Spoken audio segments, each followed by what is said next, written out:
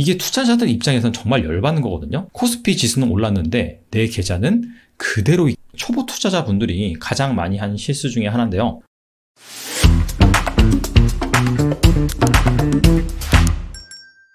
모처럼 만에 시장이 강한 반등세를 나타냈습니다.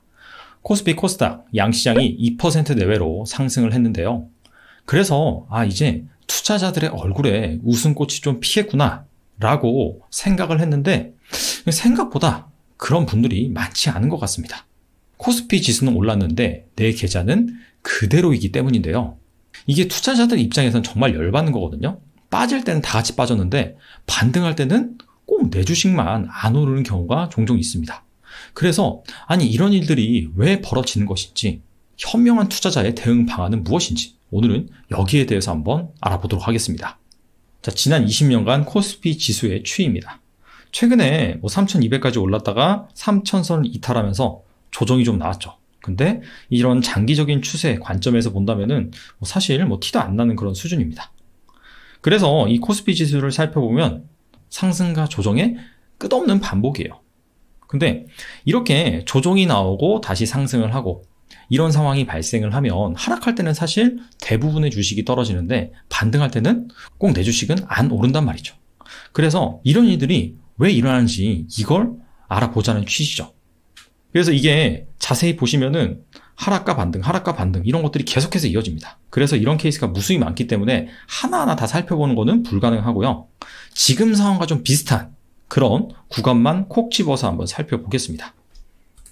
바로 지난 20년간 7개의 케이스를 제가 꼽아봤습니다. 이때 공통점은 무엇이냐면 역사적으로 상승 추세에 있었을 때 조정이 나오는 구간, 바로 그 부분입니다.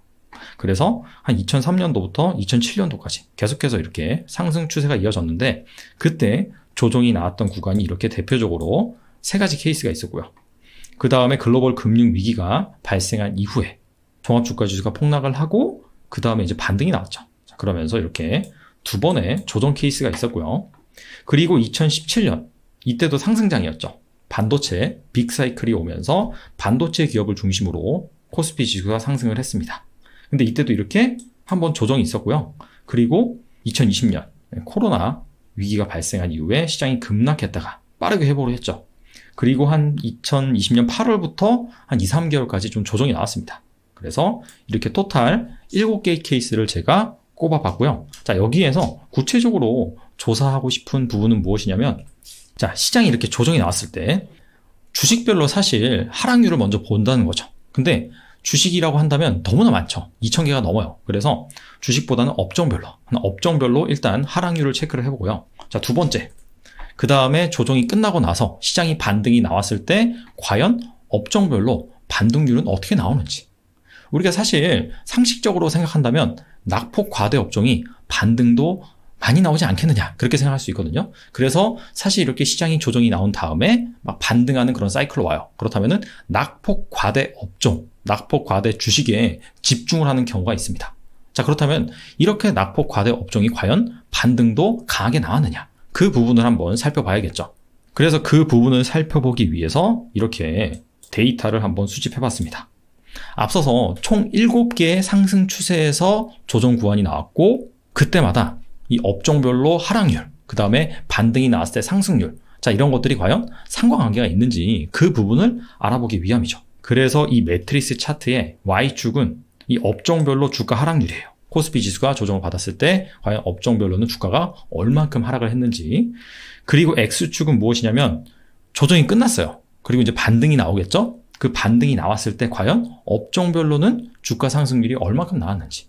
이게 1개월 반등률입니다. 조정이 끝나고 나서 1개월간 반등이 나왔을 때 과연 업종별로는 어떤 흐름이 나타나는지. 자, 그걸 보자는 거죠. 그래서 만약에 낙폭 과대 업종이 반등도 강하다라고 한다면 여기 수많은 점이 찍혀 있잖아요. 이 점이 어떻게 나와야 되느냐? 이렇게 나와야 돼요. 이렇게. 즉 주가 하락률이 높으면은 반등률도 강하게. 이렇게 일직선으로 점이 막 찍혀 있어야 되는데 딱 봐도 전혀 그렇지 않은 것을 알 수가 있습니다. 그래서 얼마나 이 두 변수가 같이 움직이느냐. 자, 이거를 통계학에서는 상관계수라고 하죠. 이 상관계수가 몇으로 나타나냐면 0.2로 나타납니다. 상관계수가 1이 가장 높은 거예요. 두 변수가 완전히 똑같이 움직인 것을 1이라고 합니다. 이런 거죠. 많이 하락한 주식이 반등할 때도 많이 반등을 한다면 이 상관계수가 1로 나타나야 된다는 거죠. 근데 딱 보시면 0점이에요. 즉 상관성이 아예 없지는 않은데 거의 없다. 뭐 이렇게 볼 수가 있겠죠. 근데 이거는 1개월간의 반등률이잖아요. 그래서 기간이 너무 짧은 것이 아니냐. 기간을 한 늘려보면은 이 상관성이 더 높게 나타나지 않겠느냐. 그렇게 생각할 수가 있거든요. 그래서 이 기간을 3개월로 더 늘려봤습니다. 자, 그랬더니 어떤가요? 오히려 아까보다도 이 상관성이 더 없어 보이죠.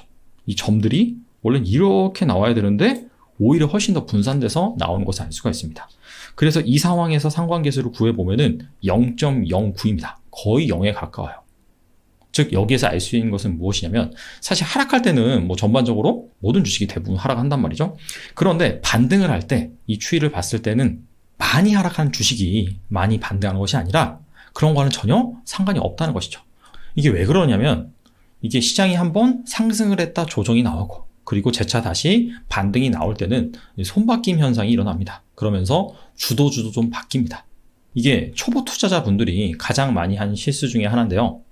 시장이 막 조정을 받았어요. 그 다음에 반등이 나옵니다. 그래서 자 이제 좀 시장이 반등이 나온 것 같은데 어떤 주식에 투자를 해야 되느냐? 낙폭 과대주에 투자를 해야겠다. 당연히 많이 빠졌으니까 많이 반등하겠지. 자 그렇게 생각할 수가 있는데 이게 사실 그렇게 개연성이 없는 것이죠. 현재 반등이 나오는 시점에서 모멘텀이 있는 주식들, 여기서 모멘텀이라고 한다면 주로 성장 모멘텀, 실적 모멘텀, 자, 이런 것들을 들 수가 있겠죠. 자 그런 주식이 오히려 좀 덜 빠지고 반등할 때도 막 반등이 강하게 나와요. 자 그런데 이 얘기를 가만히 듣고 계시다 보면 좀 헷갈릴 수가 있어요. 자 투자의 스타일을 크게 두 가지로 나눌 수가 있습니다. 제가 여기 A 투자자, B 투자자로 나눠놨는데요. A 투자자는 개별 종목에 집중 투자하는 투자자예요. 한 5종목 미만. 그리고 시장 상황과 상관없이 절대 수익률을 추구하시는 분들. 예를 들어서 이런 거죠. 난 2차전지에 투자했는데 나는 정말 2차전지가 세상을 바꿀 거라고 생각을 한다. 이 내연기관 차는 없어지고 전기차로 오로지 다 바뀔 것이다. 뭐 친환경도 마찬가지고요. 자, 그런 분들 같은 경우에는 사실 시장 상황과 상관없이 절대 수익률을 추구하는 투자자라고 볼 수가 있고 그렇기 때문에 이 투자 기간도 개별 종목당 상당히 길 가능성이 높습니다. 이런 분들은 제가 앞서 말씀드린 그런 부분에 해당이 안 됩니다. 조정이 나오고 반등이 나와서 뭐 주도주가 바뀌고 뭐 그런 거와 상관없다는 거죠. 어차피 나는 그 기업의 장기 성장성을 보고 투자를 한 것이기 때문에. 그래서 이런 분들은 여러분이 최초에 접근했을 때 그 투자 아이디어가 훼손되지 않았다라고 한다면 뭐 조정할 필요가 없는 거예요. 포트폴리오에서. 근데 B 투자자. 이분 같은 경우에는 포트폴리오 관점에서 좀 다양한 종목에 분산 투자하시는 분들. 최소한 한 10종목 정도 가지고 가시는 분들. 자, 이분들의 목표 수익률은 뭐냐면 시장이랑 좀 비슷하게 움직이긴 하는데 결과적으로는 당연히 이 코스피 지수보다는 훨씬 더 아웃퍼폼하는 성과가 좋은 자 그런 수익률을 추구하시는 분들이겠죠. 이런 분들 같은 경우에는 약간 단기적이나 중기적일 수가 있습니다. 이 개별 종목당 접근하는 투자 기간이. 그래서 이런 분들 같은 경우에는 제가 앞서 말씀드린 그 부분 조정이 나오고 반등이 나왔을 때 이게 포트폴리오 관점에서 리밸런싱을 해야 되는데 낙폭 과대 종목 여기에 너무 연연하거나 이런 종목들을 무조건 산다라고 한다면 오히려 수익률이 안 좋을 수가 있다. 자, 이런 말입니다. 그래서 이게 비단 현재 이런 케이스만 통용되는 것이 아니라 역사적으로 살펴봤을 때도 그랬다는 것이죠. 그렇기 때문에 여러분들이 혹시 이게 시장이 하락할 때 내 주식은 엄청 빠졌는데 막상 반등이 나올 때 내 주식은 반등이 안 나와요. 그래서 그런 주식을 더 사는 거는 오히려 좀 위험할 수가 있다. 그런 거에 연연하지 말고 현재 이런 시장에서 모멘텀 있는 주식들 뭐 실적 모멘텀 그런 것들을 볼 수 있겠죠. 그런 주식들로 오히려 여러분들이 과감하게 좀 리밸런싱을 할 필요는 있다. 이게 사실 투자라는 게 자기 자신이 하기 어려운 걸 해야지 성과가 좋을 가능성이 높습니다. 뭐 대표적으로 그런 거죠. 많이 빠진 주식을 사실 그냥 그대로 보유하고 있는 거는 투자자 입장에서는 그렇게 어려운 일이 아닙니다. 그냥 무시하면 되거든요. 그런데 어려운 건 이런 거예요. 막 반등이 나왔는데 주가가 엄청 막 올라요. 근데 그런 것들은 무서워서 손이 안 간다는 거죠. 근데 오히려 그런 주식들이 뭐 투자 아이디어를 잘 살펴보니까 실적 모멘텀도 있고 전망도 괜찮아요. 그래서 그런 주식을 여러분들이 투자하는 것이 어렵긴 하지만은 그래도 과감하게 이럴 때 좀 리밸런싱을 해야지 이렇게 포트폴리오 관점에서 분산 투자하시는 분들 같은 경우에는 수익률이 괜찮은 가능성이 있습니다. 그리고 앞으로도 이렇게 시장이 조정이 나오고 다시 반등이 나오고 이런 사이클이 계속해서 지속이 될 텐데, 자, 제가 오늘 보여드린 자료, 통계 잘 참고를 하셔서 현명한 이런 리밸런싱, 투자 의사결정을 하셨으면 좋겠습니다. 오늘은 여기까지 하겠습니다. 감사합니다.